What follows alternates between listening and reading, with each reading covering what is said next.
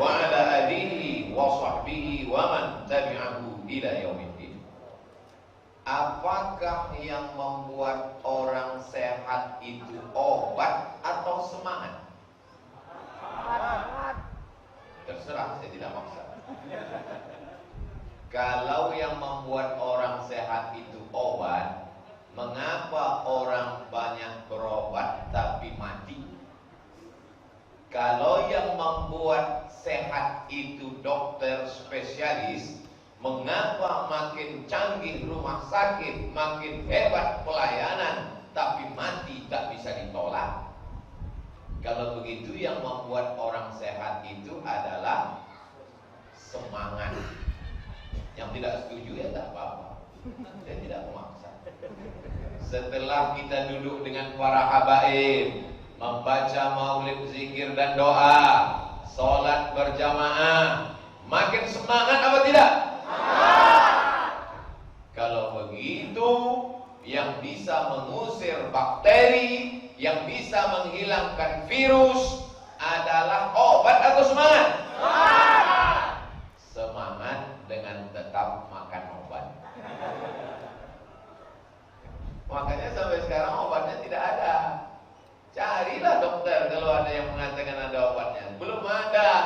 Makanya kalau ada orang yang didiagnosa dengan rapid dan swab ternyata positif, dia cuma dikasih makan vitamin, tidur full, makan enak, nanti sembuh sendiri.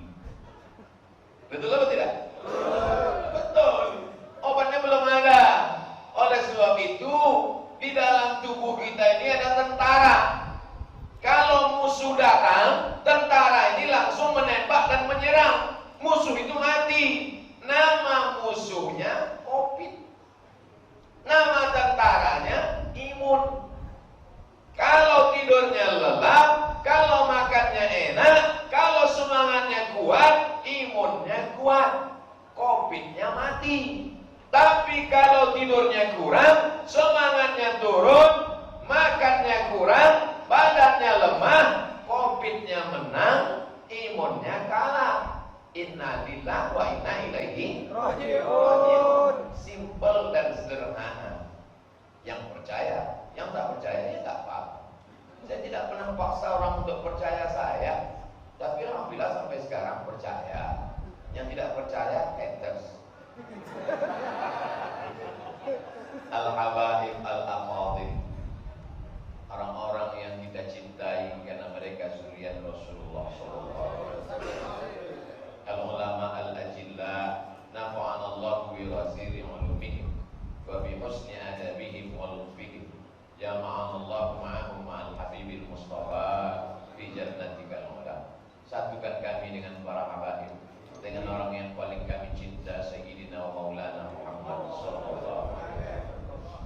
Saya dari mulai sholat maghrib, ikut baca maulid, zikir, doa, ikut isya, habis itu zikir, baca doa, jumpa dengan jamaah, ibarat cas baterai ini sekarang sudah full.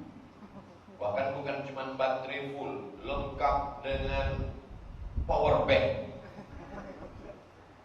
Semangat. Jamaahnya semangat atau tidak? Mantap. Jadi kita ada punya jamaah, dia dokter. Kata dia begini, Ustaz Somad, banyak pasien saya itu sebelum saya kasih obat sudah sehat duluan. Dia ngomong dokter ini, cuman nama nggak boleh sebut, menjaga kode etik. Kenapa pasien Pak Dokter bisa sehat duluan sebelum Bapak kasih obat? Karena begitu dia datang, saya ajak ngobrol. Apa kabar Bapak? Gimana keadaan keluarga? Gimana keadaan kerja? Sebelum saya tuliskan resepnya, dia sudah sehat duluan.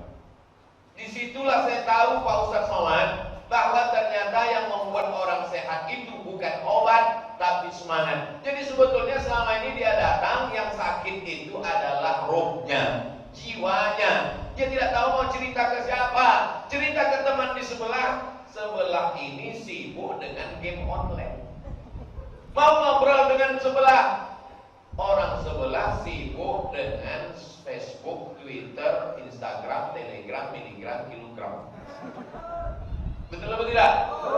Akhirnya dia bicara sendiri dengan handphonenya.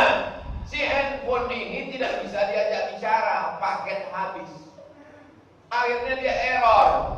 Dia pergi ke dokter, dokter pun tidak peduli dengan dia. Menatap wajahnya pun tak mau. Menuliskan resep. Yang ini dimakan sebelum makan, yang ini dimakan setelah makan, yang ini dimakan pagi sekali, siang sekali, malam sekali. Mendengar resep itu bertambah penyakitnya.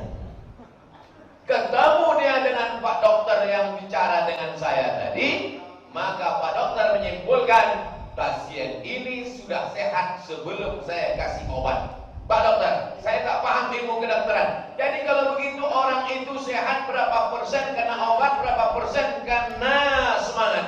Apa kata Pak Dokter jamaah kita yang rajin, yang sholat, yang rumah sakitnya besar, yang pasiennya banyak ini? Apa kata beliau bicara ke saya? Orang itu sehat karena obat 20%, 80%-nya karena semangat. Oleh sebab itu maka saya tidak mau ngarang, saya tidak mau ngobrol tanpa referensi. Karena kalau saya bicara tentang ilmu medis kedokteran, man takallama fi ghairi fannihi ata bil ajaib. Siapa yang ngomong bukan pada bidangnya, ngomongnya ajaib-ajaib. Contoh lain, mertuanya dokter umum, mantunya dokter spesialis. Mana yang lebih hebat? Dokter umum atau dokter spesialis?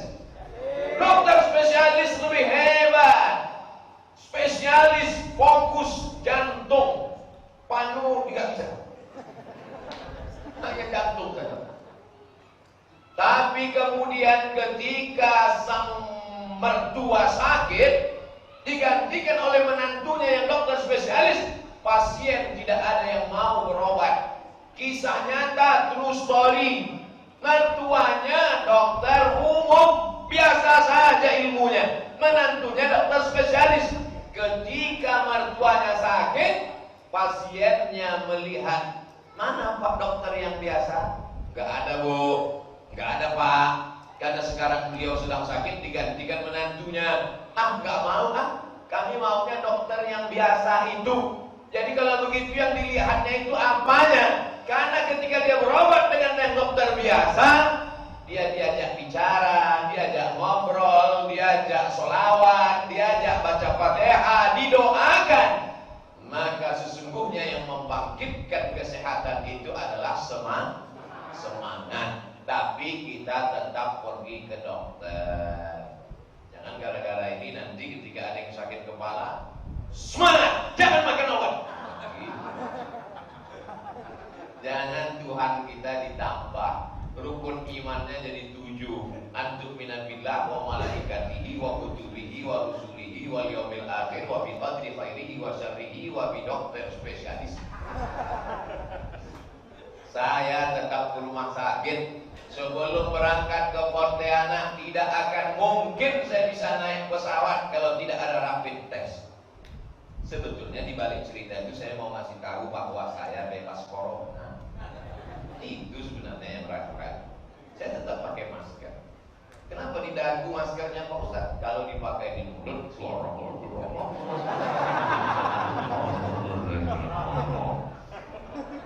Saya tetap pakai masker.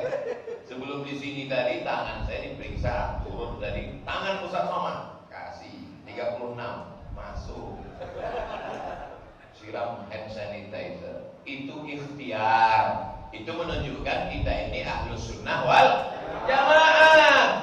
Itu beda kita dengan ahlul bid'ah wa dhalalah. Namanya Jabariyah. Jabariyah gak mau berobat, Jabariyah gak ada ikhtiar. Sedangkan Imam Abdul Hasan Al-Asy'ari, kita tetap beriman kepada takdir, tapi ada namanya al-kasbu wal ikhtiar. Kita ini ahlus sunnah. Ini sekarang masyarakat ini terbagi dua. Yang satu menjadi Jabariyah. Bapak nggak berobat, terserah pada Allah. Nanti kalau ada suami ibu begitu, bapak nggak berobat, terserah Allah. Ibu nggak usah masak. Nanti pas siang dia nanya apa makan kita, terserah Allah. kita ini ahlus sunnah wal jamaah. Tapi jangan bertuhan kepada ikhtiar. Karena kalau kita bertuhan kepada ikhtiar, rusak akidah kita. Kita diajarkan la ilaha illallah. 3 kali tadi Habib Fahmi mengatakan la ma'budu bihaqqin illallah. La ilaha illallah hayyul mawjud. La ilaha illallah hayyul maqsud. La ilaha illallah hayyul baq. Apa maknanya? Bahwa keyakinan kita tidak akan merubah la ilaha illallah. Inilah tujuan kita berkumpul malam ini, membangkitkan semangat kita. Kalau sudah semangat bangkit, jantungnya kuat, otaknya sehat, semangatnya tetap kokoh, maka tentara-tentara imun di dalam badan ini pun menjadi kuat, insya Allah. Covid-nya pun otak-atik juga melanggar ditemukan. Saya mengalami sendiri. Waktu awal-awal berita corona itu, saya batalkan semua ceramah. Saya melockdown diri. Negara takut lockdown, saya tak takut. Saya batalkan semua ceramah. Saya di rumah saja, makan tidur, demam 2 minggu.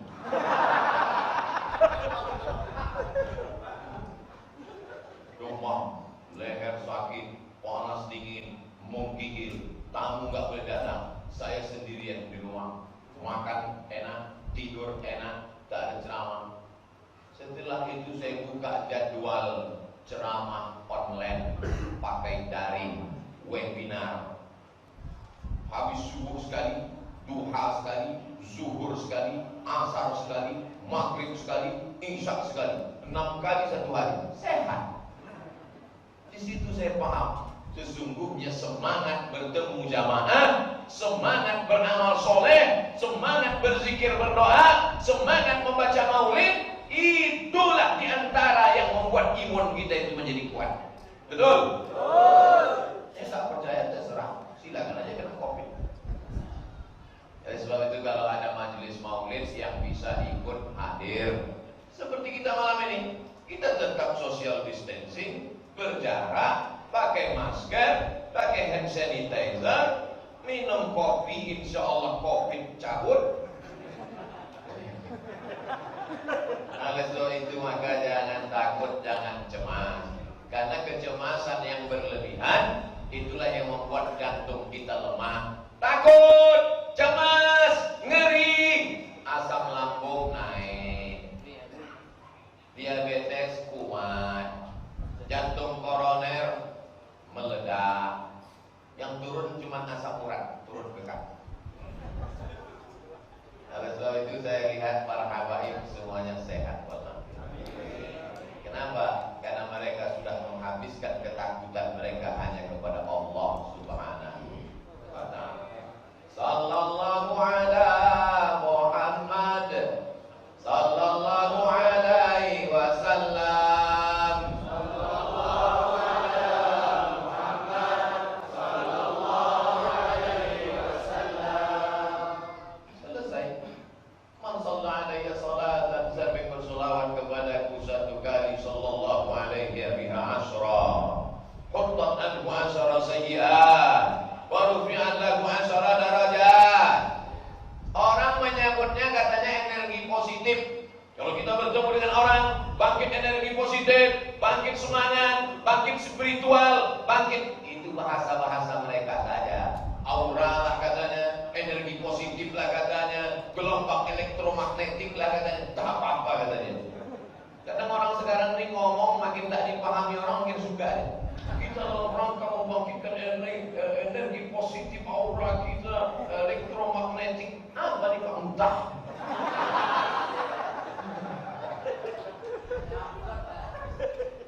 Disewa hotel, dimatikan lampu, dihidupkan audiovisual, ditampilkan, datanglah para presentator, moderator, motivator dari Jakarta. Semangat, semangat, semangat. Begitu keluar dari hotel, loyo.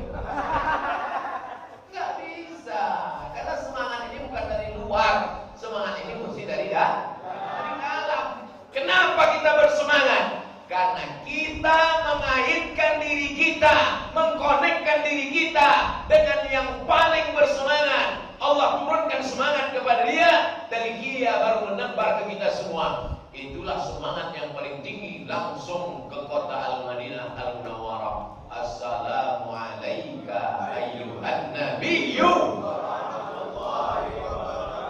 Kalau bukan karena dia, tidak akan diciptakan alam semesta. Kalau